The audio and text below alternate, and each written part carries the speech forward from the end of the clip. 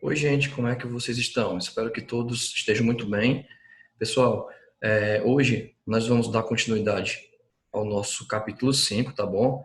Capítulo de respiração celular e fermentação. Porém, como nós já terminamos o conteúdo, hoje nós vamos resolver os nossos exercícios, tá bom? Vocês podem acompanhar comigo. Os nossos exercícios estão lá na página de número 10, tá bom? Atividades para a sala. Então, eu vou resolver esses exercícios juntamente com vocês para que nós possamos fixar e memorizar os conteúdos que foram vistos em nossas duas aulas anteriores, tá bom? Então, coloca lá o livro na página 10 e acompanha comigo, gente, essas atividades, ok? Então, pronto. Resolveremos aí esses 5 exercícios relacionados ao capítulo de respiração celular e fermentação, ok? Então, vamos lá. Página 10, primeira questão, ok? Então, gente, a primeira questão diz assim, é uma questão do vestibular da FUVEST, ok? E diz assim para a gente, há um século, Louis Pasteur, investigando o metabolismo do levedo, um organismo anaeróbico facultativo, observou que, em solução de água e açúcar, esse micro-organismo se multiplicava. Observou também que a multiplicação era maior quando a solução era aerada. Ou seja, ele observou que a multiplicação desse organismo, dessa levedura, era bem maior quando na presença de oxigênio, né? Quando a solução era aerada. Então, diante disso, com base nessa observação e nos conceitos dos processos de fermentação, responda aos itens a seguir. Letra A. Explique a importância do açúcar para o levedo. Então, gente, como nós vimos em aulas anteriores, o açúcar, ele é um exemplo de carboidrato, né? Então, eu vou colocar aqui um esqueminha só para ajudar a gente na resolução dessa questão. Pronto. Eu lembro que eu falei para vocês que a primeira etapa, que era a etapa de degradação da glicose, era uma etapa que era comum tanto aos processos de respiração celular como ao processo de fermentação, o que iria indicar para onde iria o produto da glicólise, se para a respiração ou para a fermentação, era a presença ou ausência do gás oxigênio, né? Então, você observa aqui que a glicólise, a própria palavra diz para a gente o que ocorre nessa equação, vai ocorrer a quebra da glicose. Então, você, a partir de uma molécula de glicose, você origina duas moléculas de piruvato, ou ácido pirúvico, ok? O que vai indicar a via para onde esse piruvato vai ser a presença ou a ausência de oxigênio. Como assim, professor? Se existir oxigênio no ambiente, esse piruvato vai atravessar a membrana da mitocôndria para que seja realizado o processo de respiração celular. No entanto, gente, se o O2 estiver ausente, esse piruvato ele vai dar origem a outros compostos, como é o caso dos lactatos e do etanol, né? Caracterizando aí o processo de fermentação, tranquilo? Mas em ambos os casos, seja a respiração ou seja a fermentação, nós percebemos que a matéria-prima, gente, nós percebemos que a matéria-prima para que esses processos ocorram é justamente a glicose, ok? O reagente necessário para a reação da respiração celular ou fermentação ocorrer é justamente a glicose. Então, a resposta do nosso item A é que a glicose aliás, é o combustível essencial para que esses processos eles ocorram, tranquilo? Então, essa é a resposta do item A, tranquilo? Eu até coloquei aqui, ó, o açúcar, a glicose, é um dos reagentes necessários à respiração celular e à fermentação, processos realizados pelas leveduras para a obtenção de energia, certo? Então, a glicose, gente, é um dos reagentes essenciais para a produção de energia na forma de ATP. Então, o item A, tranquilo. O item B, justifique a diferença de crescimento nas condições aeróbicas e condições anaeróbicas. Ele percebeu o seguinte, que essas leveduras, quando estavam nas condições aeróbicas, elas se multiplicavam, gente, de uma forma mais rápida. Por que isso acontece? Porque na presença de oxigênio, como eu acabei de explicar, os organismos, eles fazem respiração celular. E a respiração celular, gente, produz bem mais energia, é um processo bem mais energético do que em condições anaeróbicas, ou seja, do que a fermentação.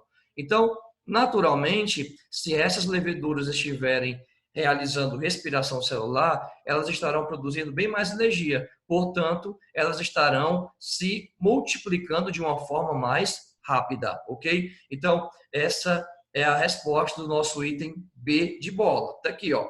Em presença do gás oxigênio, as leveduras se multiplicam mais rápido porque realizam respiração aeróbica, que é mais energética do que a fermentação alcoólica, processo realizado sob condições anaeróbicas. Então, quanto mais energia, mais rápida é a reprodução, mais rápida é a multiplicação. Portanto, o processo que tem mais energia é o que vai ocasionar uma maior multiplicação. E esse processo, portanto, é o processo de respiração celular. Beleza?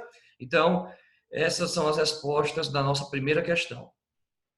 Segunda questão, gente.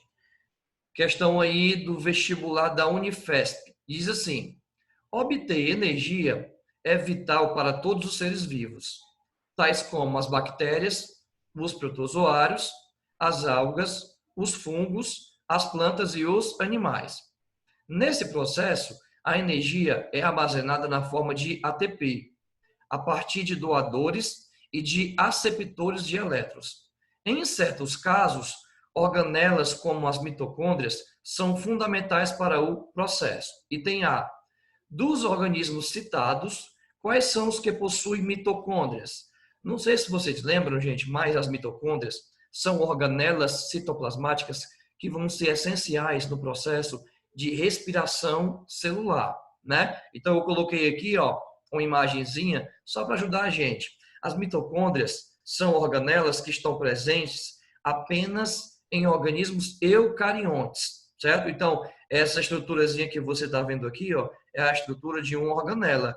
Você percebe que de uma organela, que nesse caso é a mitocôndria, certo? Então, você observa que a mitocôndria tem uma membrana externa, tem uma membrana interna, né, que faz inúmeros sulcos, invaginações, que a gente vai chamar de cristas mitocondriais, certo? E temos também aqui uma matriz, ok? A matriz mitocondrial. E entre as duas membranas, nós temos o espaço intramembranoso. Então, essa aqui é uma estrutura típica de uma organela, no caso da mitocôndria. É a estrutura típica de uma mitocôndria, certo? Então, essa estruturazinha que vocês estão vendo aqui, gente, elas estão presentes apenas em organismos eucariontes. Portanto, a resposta do nosso item A, dos organismos citados, quais são os que possuem mitocôndrias? Ora, os que possuem mitocôndrias são protozoários, algas, fungos, plantas e animais, que são os exemplos aí citados que se tratam de organismos eucariontes. Beleza? Item B de bola. É correto afirmar que, na respiração aeróbica, o aceptor final de elétrons é uma molécula orgânica? E aí, gente, o que é que vocês acham? Vocês lembram ainda? Vou colocar aqui um esqueminha para ajudar vocês. Pronto. Essa etapa aqui, gente, é a etapa da cadeia transportadora de elétrons da respiração celular, ok? A última etapa da respiração celular, em que os elétrons eles vão passando através de complexos proteicos, né? Então o elétron ele é jogado aqui na cadeia transportadora pelos transportadores NADH e FADH2. Aí esses elétrons passam de complexo para complexo, do complexo 1 para o complexo 2, para o complexo 3 e depois para o complexo 4, até encontrar uma molécula de oxigênio. Ok? Por quê, professor? Porque na respiração celular, gente, o oxigênio é o aceptor final de elétrons. Portanto, o aceptor final de elétrons na respiração não é uma molécula orgânica, e sim uma molécula inorgânica. Se trata do gás oxigênio, certo? Então, o item B, a resposta é não. Se trata de uma molécula inorgânica, ok? Então, eu coloquei aqui a resposta do item A. Mitocôndrias são organelas presentes apenas em organismos eucariontes, portanto, em protozoários, algas, fungos, plantas e animais. Deixei até aqui bem claro, gente, ó, que no caso dos procariontes, como as bactérias, por exemplo, como elas não têm mitocôndrias, então elas realizam o processo de respiração celular no seu próprio citosol, no seu próprio citoplasma. Tranquilo? E o item B, né, ó, é correto afirmar que na respiração aeróbica o aceptor final de elétrons é uma molécula orgânica? Não. Essa afirmativa está incorreta. Por quê? Porque na respiração aeróbica o aceptor final de elétrons é o gás oxigênio, uma molécula inorgânica. Beleza? Então deixei aqui a resposta anotada para ajudar vocês. Questão 3. Terceira questão da atividade para a sala. Também é uma questão do vestibular da FUVEST. Diz assim, gente: no processo de fabricação do pão, um ingrediente indispensável é o fermento biológico, constituído por organismos anaeróbios facultativos, ou seja, as leveduras, né, o fermento biológico, que são muito utilizados na indústria de panificação, são organismos anaeróbios facultativos. Ou seja, eles tanto podem realizar respiração celular, como eles podem realizar o processo fermentativo. Vai depender da presença ou da ausência do gás oxigênio. Tranquilo?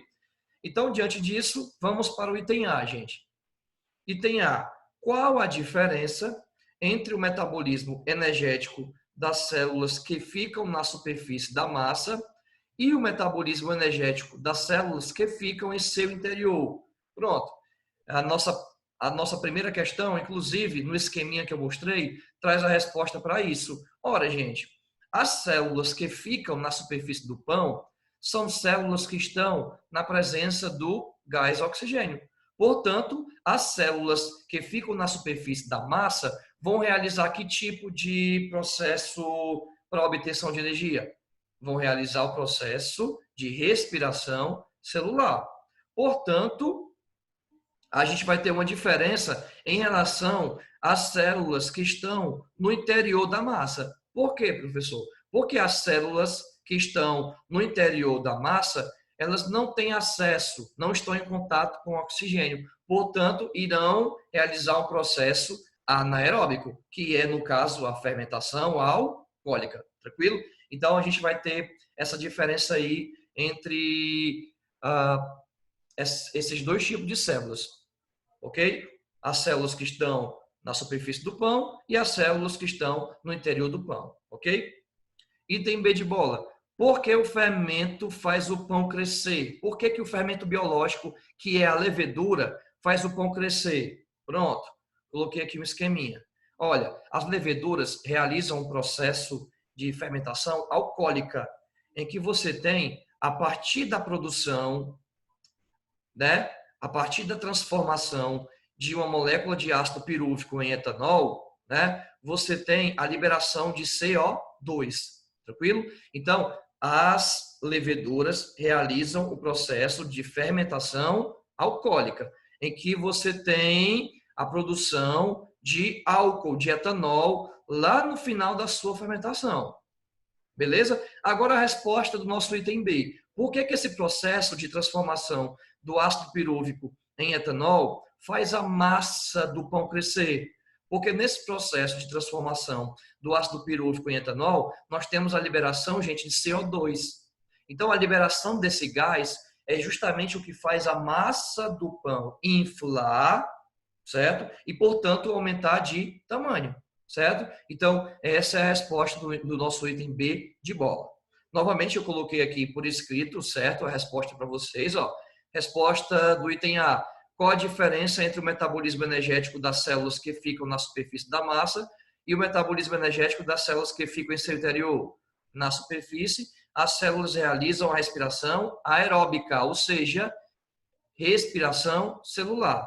No interior da massa, na ausência de gás oxigênio, essas células vão realizar um tipo de respiração anaeróbica, o processo de fermentação alcoólica. Tranquilo? Então, deixei anotado aqui a resposta do item A. No caso do item B, porque o fermento faz o pão crescer?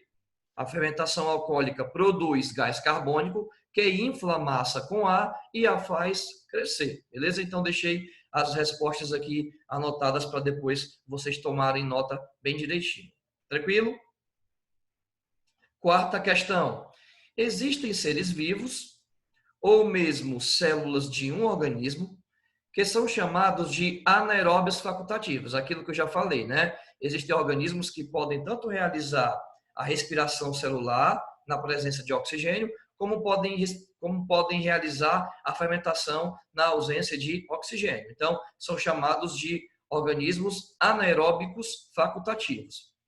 Estes respiram aerobicamente quando há gás oxigênio disponível. No entanto, se o gás oxigênio faltar, esses seres ou essas células podem degradar a glicose anaerobicamente, realizando fermentação, que eu acabei de explicar, né? Sabendo disso, responda. Letra A.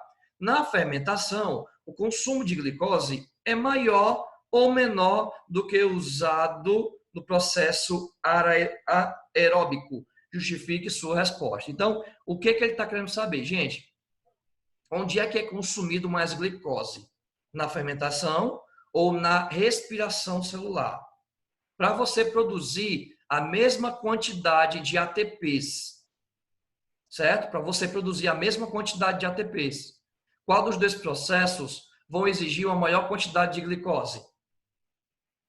E aí, lembrando das nossas aulas passadas, quem vai precisar de uma maior quantidade de glicose é o processo fermentativo. Por quê, professor? Porque, gente, a partir de uma única molécula de glicose, a fermentação só produz 2 ATPs, certo? Já a respiração celular, a partir de uma molécula de glicose, vai produzir exatamente 38 ATPs. Ou seja, para a fermentação produzir a mesma quantidade de ATPs da respiração celular, ou seja, 38 ATPs, a fermentação vai ter que consumir 19 moléculas de glicose.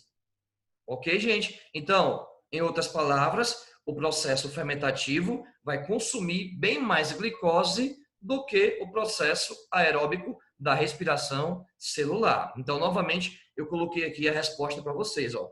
Na fermentação, o consumo de glicose é maior. Como o rendimento energético por meio da fermentação é menor que o da respiração celular, é preciso consumir mais glicose para gerar a mesma quantidade de energia. Então, vocês não podem esquecer, na fermentação, a partir de uma molécula de glicose, a gente só produz apenas 2 ATPs, ok?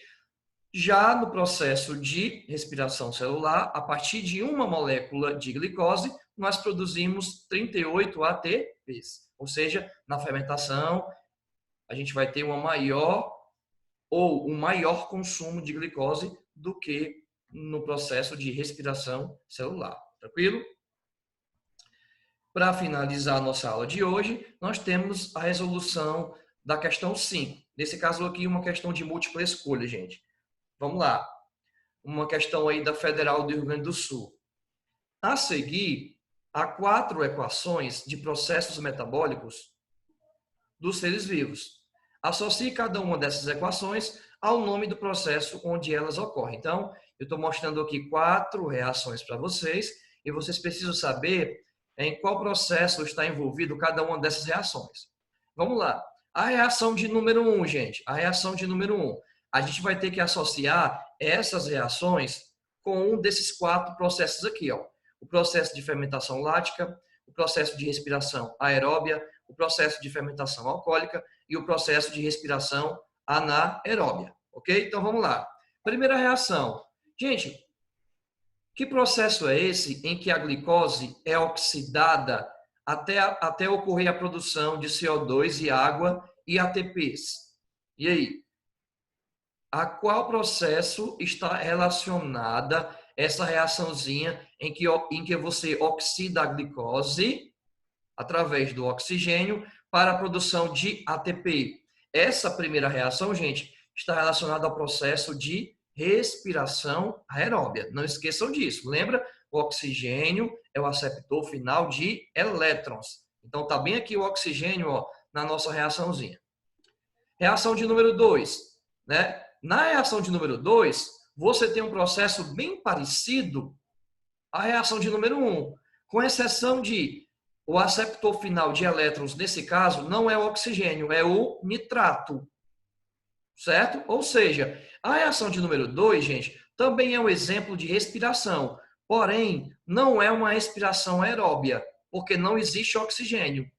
No caso, nós temos o exemplo de respiração anaeróbia. Então, a reação de número 2 está relacionado ao processo de respiração anaeróbia. Você tem a produção de ATP através da glicose, porém, o aceptor final de elétrons, nesse caso, vai ser a molécula de nitrato. Tranquilo? Terceira reação. Olha, gente, ficou fácil. Nessa terceira reação, se você observar, para produzir ATP, está ocorrendo a formação de etanol, de álcool, a partir da molécula de glicose. Ok? Se você observar, não existe a presença de oxigênio aqui nos consumidores, aqui, ó, desse lado de cá da reação. Não existe a presença de oxigênio. Se não existe a presença de oxigênio, gente, essa terceira reação vai estar relacionada a que processo? Ao processo de fermentação alcoólica. É só você observar aqui, ó, a produção de etanol. A quarta reação, então, ficou fácil. Você tem a produção de ácido lático, em que a glicose é transformada em ácido lático sem a presença de oxigênio para a produção de ATP. Nós vamos ter aí o processo de fermentação lática. Então, gente, nessa quinta questão, o nosso item correto é o item E de Eva. Tranquilo, gente? Então, a nossa aula de hoje era isso. Eu espero que a gente tenha esclarecido algumas dúvidas que ainda tenham ficado das nossas aulas anteriores, certo? Continuem lendo os capítulos, dando uma olhada, dando uma revisada, para que esses conceitos fiquem bem memorizados na mente de vocês. Ok, gente? Um abraço, fique com Deus e até o nosso próximo encontro.